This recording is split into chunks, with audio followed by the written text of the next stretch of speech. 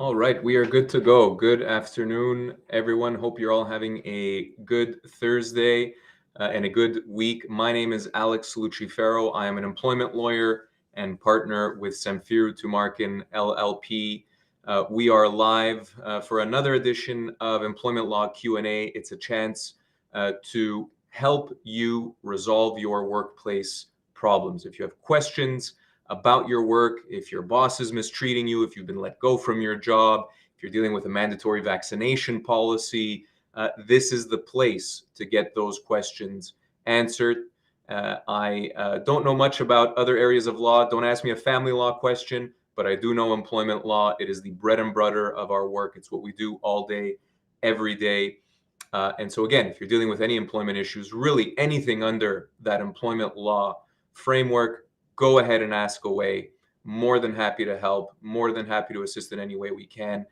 Get those questions going, guys. We're here to answer live questions.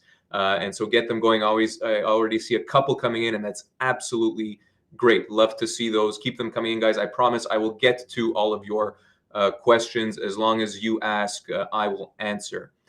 Before we get into the questions, a couple of key pieces of contact information. If you want to reach out to us, and by all means, you don't just have to reach out by way of these questions. Contact us anytime, email, telephone, on our website. Website is where you'll find all of our contact information. Employmentlawyer.ca is the website.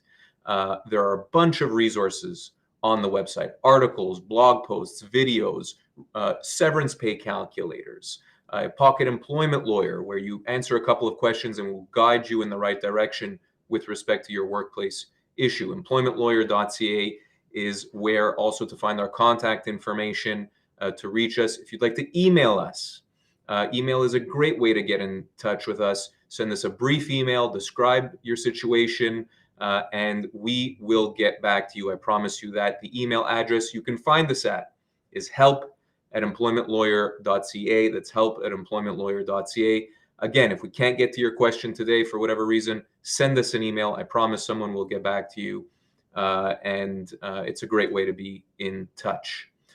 All right. Wanted to talk about mandatory vaccination policies today. It's obviously continuing to be the big ticket item in the world of employment law. We're still speaking with a ton of people that are struggling, being put on unpaid leave of absence because of a vaccination policy. People are being asked to pay for their own COVID tests.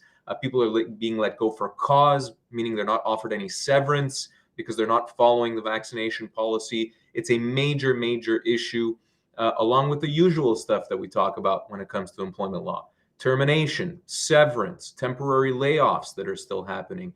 Really, guys, anything under the sun related to your work, don't be shy to ask. If it's some question related to your pension, maybe, by all means, ask away. There's no bad question.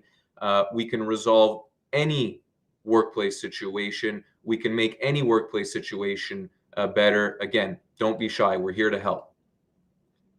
All right, guys, let's get the ball rolling with respect to questions. Again, I see a bunch coming in already, so that's excellent.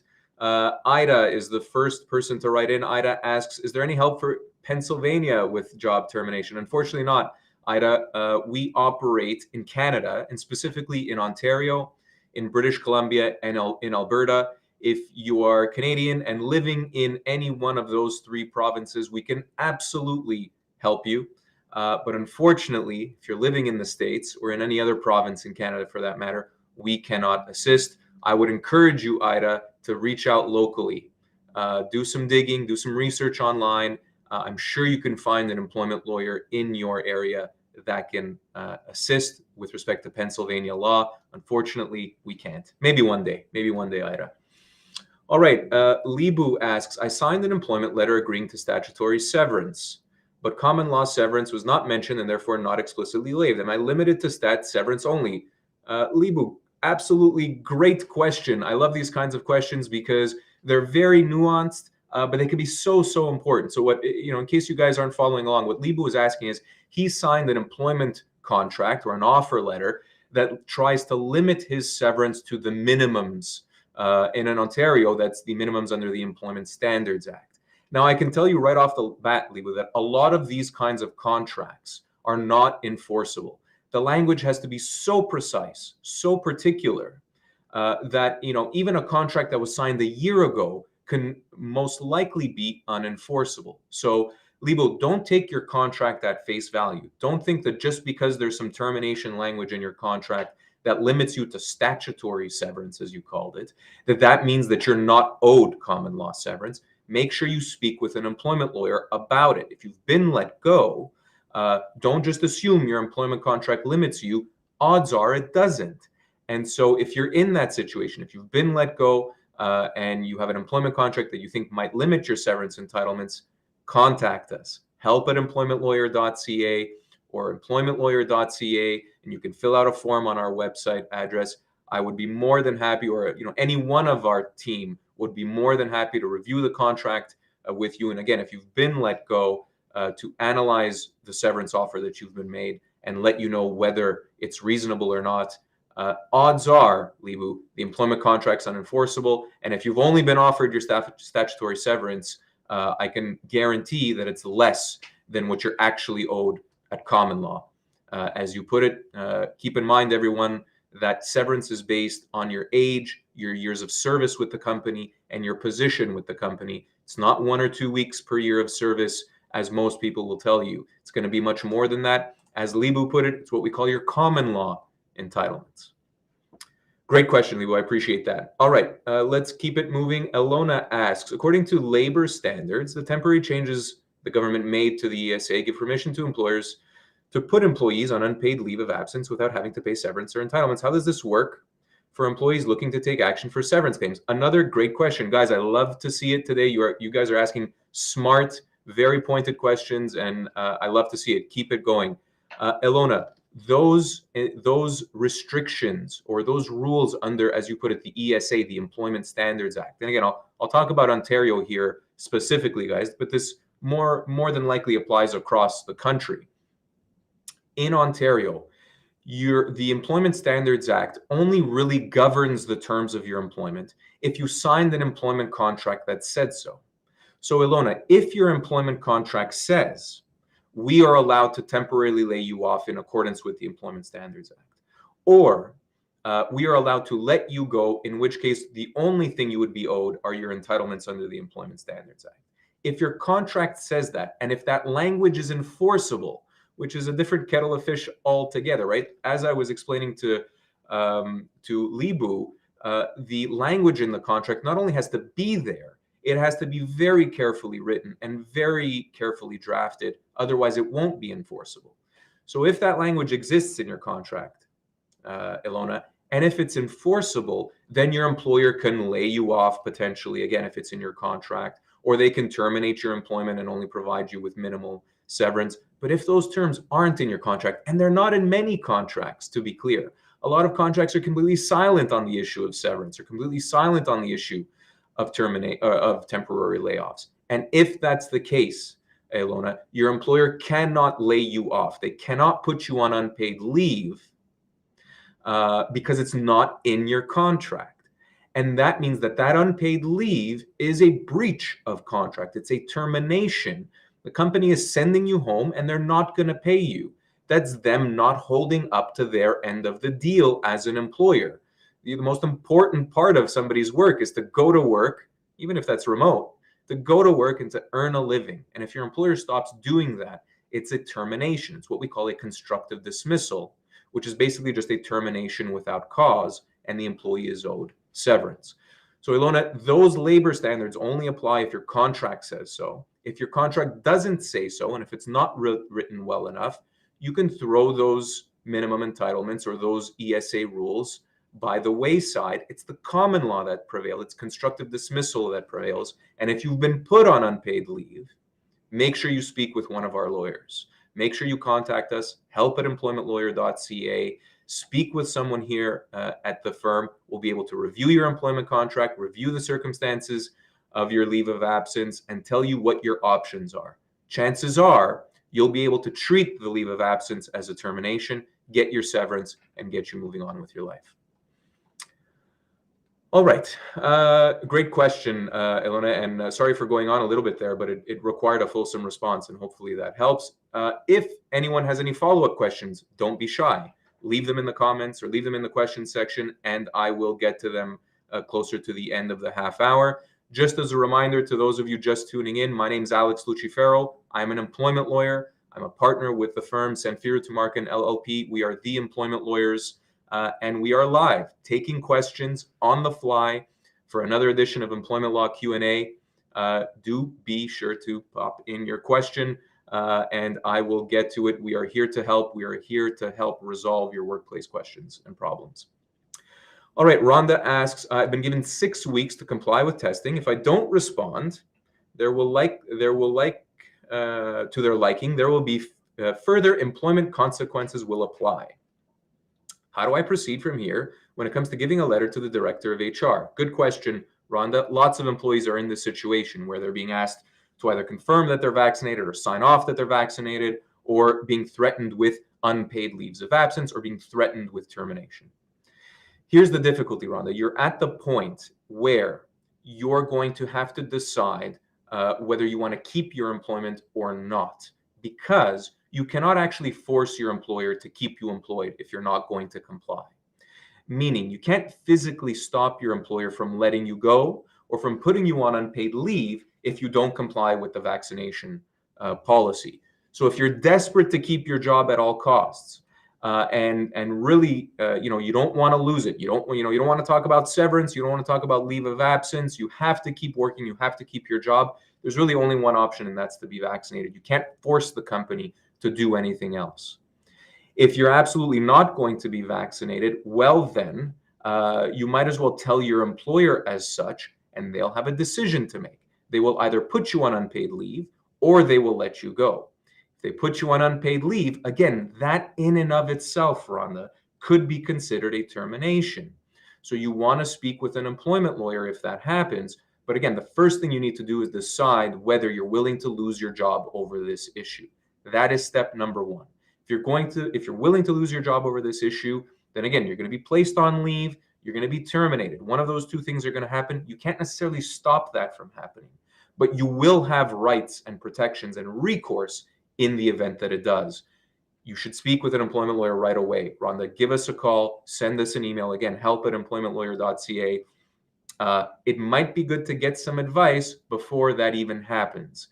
Sometimes you want to strategize with an employment lawyer to make sure you're doing the right thing, saying the right thing, and that might help evidentiary-wise in terms of creating the evidence that you need to prove your claim moving forward.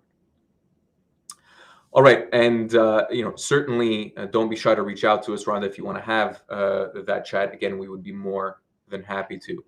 I want to make another note maybe on that point, and this is to Rhonda and anyone else listening at this point in time. Most if not all of the advice I'm giving with respect to mandatory vaccination issues, severance, terminations, this all applies to non-unionized employees. For those employees that are listening right now that are unionized, unfortunately, it is the collective agreement, and it is the union that will ultimately hold sway here and govern the term of your employment. No outside employment lawyer can assist a unionized employee. It's just not possible. Your union is your legal representative, and the collective agreement governs the terms of your employment, and you've got to stay within that framework. We, unfortunately, or any other employment lawyer for that matter, are unable to assist. So again, this all applies to non-unionized private sector work. All right, Sylvie asks, looks like the mine I work at is looking to mandate vaccination. Now, with the Ontario government exempting the healthcare workers, would that not set a precedent? Well, it's certainly an indication with respect to the healthcare sector, Sylvie, that vaccination is not a requirement. It is not a law. Hospitals have the choice to impose these vaccination policies or not. And that means that employees that are let go or put on unpaid leave because they're not following the mandatory vaccination policies, or because they're not getting vaccinated at work, will be owed severance if they are let go. Now, Sivi, to answer your question specifically, can you take that example and apply it to another industry? Well, perhaps you can. There's an analogy there that you can use to say that, well, if it's not mandatory in the healthcare sector, then why would it be mandatory in some other industry or some other sector? Fair enough. But this is always a very context-specific analysis. And so it's important to look at not the healthcare sector, if that's not your industry, but at your particular industry and at your particular job, at your particular workplace. For the vast majority of employees out there, you are going to be owed severance if you are let go because due to one of these vaccination policies. So you're going to be owed severance. Again, we can't save your job for you per se, but if the company decides to put you on leave or let you go, there are going to be severance entitlements flowing from those actions. Now, if you're in long-term care homes, for example, Sylvie, then that is an industry that's mandated by the provincial government where employees need to be vaccinated. If you work in the federal public service, that's another area where the vast majority of jobs are going to require vaccination. In those kinds of situations, we are likely unable to assist because that is a law, effectively. It is a government mandate requiring employees to be vaccinated. That's not the case for the vast majority of industries out there. Again, the only real one is long-term care homes. Other than that, and like you said, the healthcare sector, there is absolutely no law that's requiring employees to be vaccinated, and therefore employees that are let go due to that are owed severance. Hopefully that helps, Sylvie. Okay, Vicky asks, how can you deal with a denied religious exemption when your religion clearly states a position, specifically the use of aborted fetal cells? Does it make sense to obtain legal counsel, or is it a lost cause? Vicky, I've spoken to a number of people that have put forward religious exemptions to their respective employers, and like you, it hasn't worked. Unfortunately, in Ontario at least, the Human Rights Commission has effectively said, and this is not my opinion, guys, this is what the Human Rights Commission has said, that there is effectively no religious exemption when it comes to vaccines.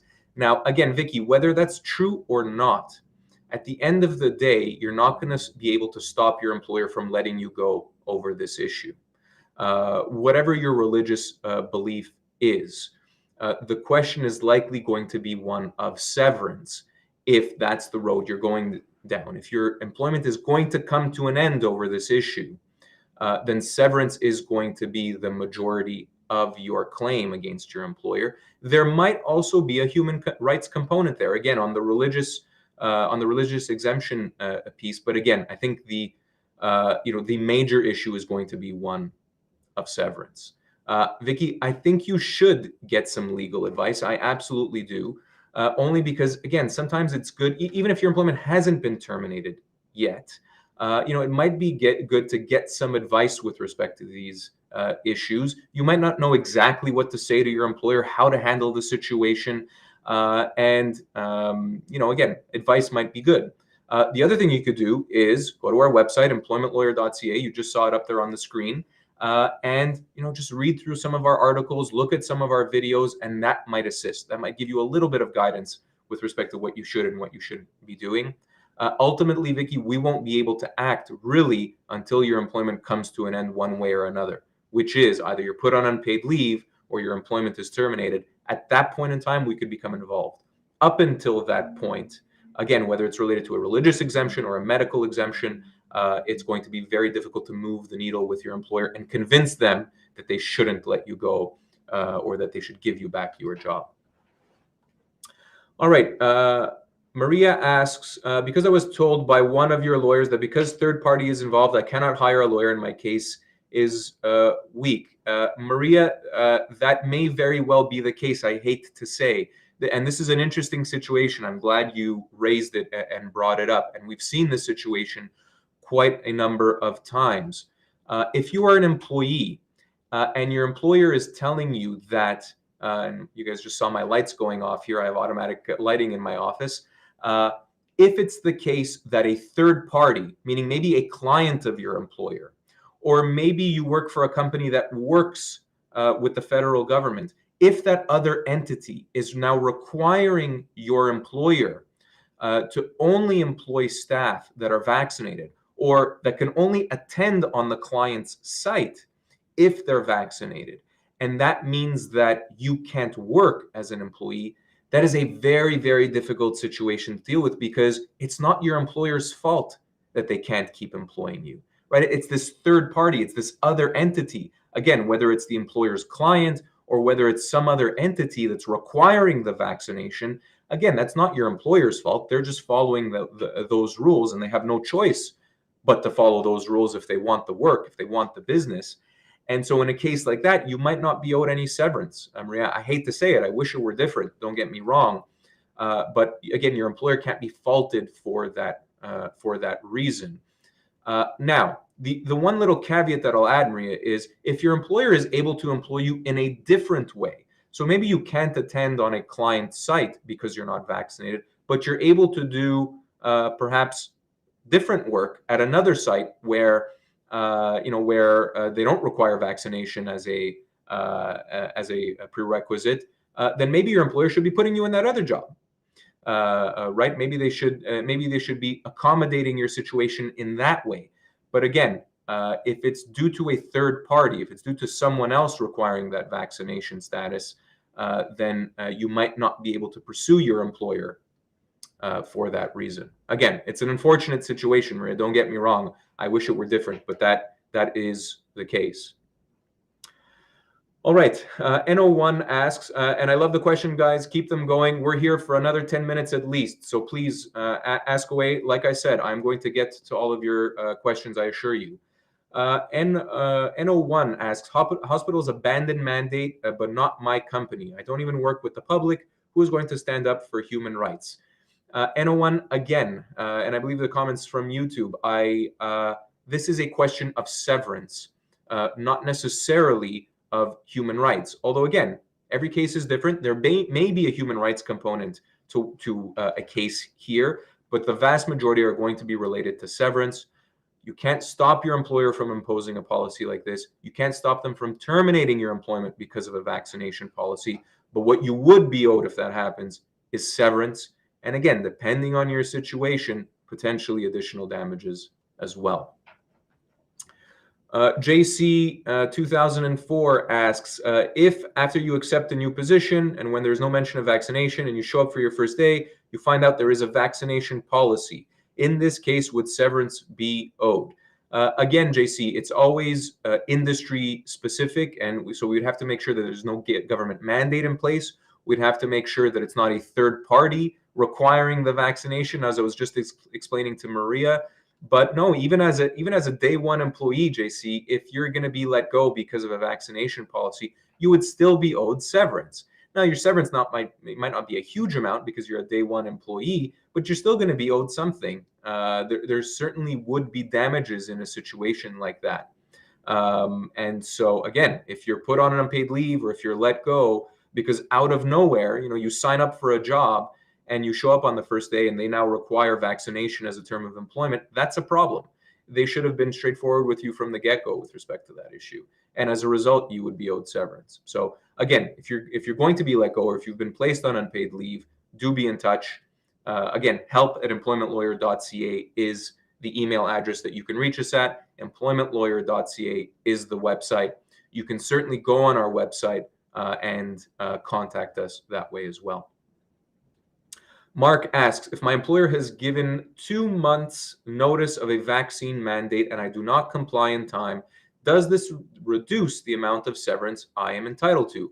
Excellent question, Mark. Another example of a great question. Mark, it depends on whether, as part of that 2 months notice that you've been given, it's been made very clear that if you are not vaccinated at the end of that 2-month period, that your employment will come to an end.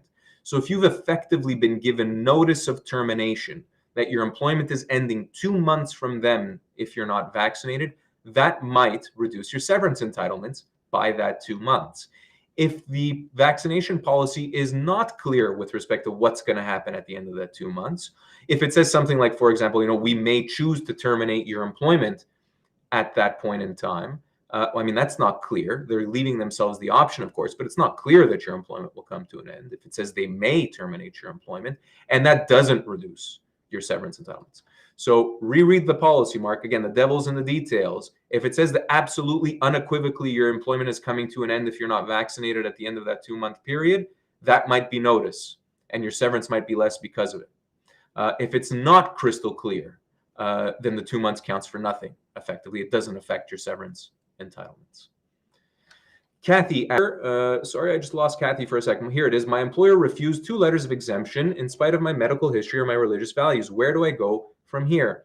Again, Kathy, I hate to repeat myself to all our listeners, but you're in a situation where you have a decision to make. Do you want to lose your job over this issue? It's going to come to that. Your employer, it likely won't give way here. They're either going to require you to be vaccinated, or they'll place you on unpaid leave, or they'll terminate your employment. And you have to be prepared for that. You have to come to that decision yourself. If that's the case, and your employment does come to an end one way or the other, then you would be owed severance most likely. Again, it depends on, provided you're not unionized as an employee, and provided you're not in the long-term care sector, then you would be owed severance. And that's what you would have the right to pursue. Those are the damages which you will suffer. But again, you have to make that decision. Kathy, there's no way that we can really physically stop your employer from letting you go in the circumstances.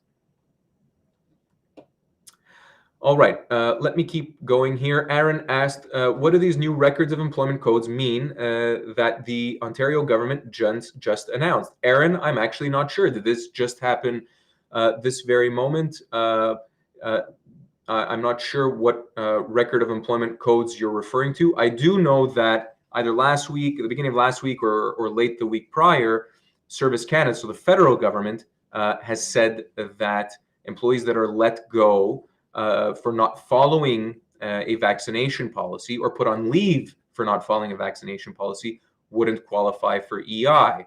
And that's potentially problematic for employees that are being let go. But I'm not sure what you're referring to, Aaron. Feel free to explain, or we can certainly talk about it on our next live Q&A. We've got a couple of minutes left, guys, so let's do some rapid fire answers, starting with Tracy. Can I get a lawyer if union is doing nothing? Tracy, unfortunately not. Ultimately, your union is your only legal representative, as we've been saying across all of our shows. And you are stuck with your union for better or for worse. I hate to be the bearer of bad news in that respect, but it's your union and your collective agreement that applies. You cannot hire outside legal counsel. Carlin asks, as of the end of November, I will be put on unpaid leave. Director told me that I'm entitled to severance pay because it's a term that I am entitled for severance pay because it is terminated with cause. What's my right? Not sure that makes sense, Caroline, but really, if you are put on leave because of a vaccination policy, you are owed severance, as you said. It's not a termination for cause. It's what we call a termination without cause. And your rights, Carlin, are severance. Severance based on your age, position, years of service. Severance is not insignificant, guys. We're not talking about 1 or 2 weeks per year of service. Severance could be as much as 24 months of pay, 2 years of pay. And we're talking months here when it comes to severance. We're not talking a couple of weeks. So your severance entitlements, most employee severance entitlements are significant, much more than what your employer wants you to think. The Dreamer asks, reached out to my employer via email and phone multiple times to get clarification when it comes to antigen testing, to go back to work. If they don't respond, is that a constructive dismissal? I'm on leave. If you're currently on unpaid leave, the Dreamer, then yes, that may very well be a constructive dismissal. If you're at home not earning any money, and again, you're a non-unionized employee and there's no government mandate in place, right? You're not a long-term care employee, then you want to reach out to us right away. Don't stay on leave for too long. You might be viewed as accepting that leave. You want to get on this right away. help@employmentlawyer.ca is the email address you can find this at, or employmentlawyer.ca is the email, is the website, excuse me. A couple of more minutes here, guys. Let's try and get through all of your questions. What happens when someone is vaccinated and gets COVID at work? I work in the food industry and I come in contact with plenty of people vaccinated and unvaccinated. Joe, great question. If you get sick or injured at work, that would potentially be a WSIB issue, meaning it's a workers' compensation issue. If you have to take a significant amount of time off, you would be owed WSIB benefits. You might even be owed, or alternatively, owed disability benefits. It would be one or the other. You would even be entitled to employment insurance benefits in a situation like that, what they call sickness benefits from EI. Jay asks, can someone who has been working remotely for almost 2 years be put on unpaid leave? This makes no sense because they're in the comfort of their own home every day. This is compliance. It's not about health at this point. Jay, I have to agree with you. If you've been working from home and you're able to work from home, there's no reason an employer should be forcing a vaccination policy on you. But again, you can't stop your employer from forcing that decision to let you go or put you on unpaid leave. Right? We can't literally stop that from happening. It has to come to pass if they're going to do it, if your employer is going to do it, and then you would be owed severance.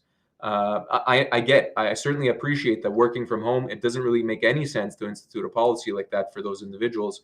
But again, your employer can ultimately make that call, make that decision, and it's what rights flow from that would be the recourse, and ultimately that is one of severance. Rita asks, I'm a healthcare working in long-term care. I do not get severance pay. My benefits stop and everything else stops. If you are in long-term care, Rita, yes, I hate to say it, but there is a government mandate in place, and that makes your life very, very difficult when it comes to severance and saving your employment. Unfortunately, it's one of the only, if not the only industry in which that's the case.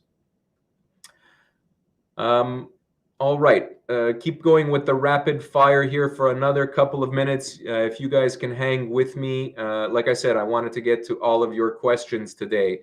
NARZ asked, my employer sent me to layoff without cause. I'm vaccinated. I have grievance filed to union. What to do next? Keep in close contact with your union. NA, they are the only ones that can help you, as we've said throughout the show. Mitch asks, I've read that employment law says your employer can't make you pay for rapid testing, but I was told that labor laws allow your employer to make you pay. Well, it depends on the cost of testing, Mitch, but if it's a significant cost, then your employer should be fitting the bill, especially when it comes to rapid testing, simply because, and again, this is specific to Ontario, guys, but in Ontario, employers can actually apply for free rapid tests and receive them from the government for free. Why should you as an employee be paying for these tests when your employer can get them for free? It just makes absolutely no sense. I would hold firm on that position, Mitch. It's your employer that should be paying for it. Max asks, let's say a few months ago, the union and management just finished signing a contract and the employees just recently got served a mandate to be put on leave without pay. What is the recourse? Why didn't the union and management work out? I don't know the answer to that question, Max, but again, the only people that can help you answer your questions are your union if you're a unionized employee. Unfortunately, we, or any other employment lawyer for that matter, cannot assist. Speak to your union rep. If you have concerns, if you have questions as a unionized employee, make sure you get answers from your union. Jessica asks, federally regulated company, are we able to contact your firm? Absolutely, Jessica. Federally regulated employees have the same rights as provincially regulated employees. And when it comes to severance, when it comes to harassment in the workplace, layoffs, it's all pretty much the same. So absolutely, Jessica, please do be in touch. It doesn't matter that you're a federally regulated employer. All right, we will call it quits there, guys. I think I've gotten to most of your questions. If I haven't gotten to your question, don't worry. We don't disappear into thin air when we're done our live Q&As. Email us at help@employmentlawyer.ca. We also have another Q&A coming tomorrow afternoon. We do these, of course, throughout the week. I'm sure you guys have seen the other segments. Thank you so much for watching today. Hopefully, I was able to point you guys in the right direction and give you the answers that you need. I wish you a good rest of the week, a good weekend, and do be sure to keep tuning into the Employment Law Q&A. Until next time, have a great day, everyone. Take care.